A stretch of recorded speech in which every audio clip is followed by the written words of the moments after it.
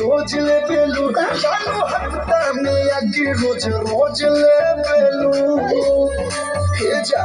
बोला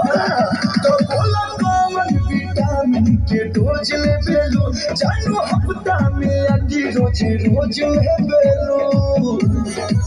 हम भइलू पियाला के घरे जाके गो राजा जी के तू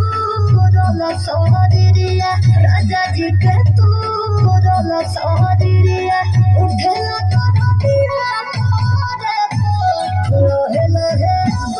उठेला कमरिया ओढ़ेला खटिया राजा जी के तू रोला सोहरिया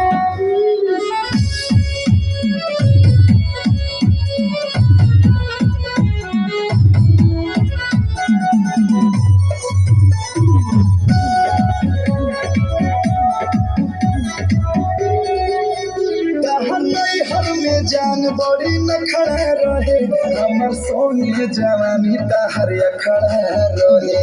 काहो जा मन भेलो खाना चुनल के नाचो चालू जैसे बनावा में लो राजा जी के तू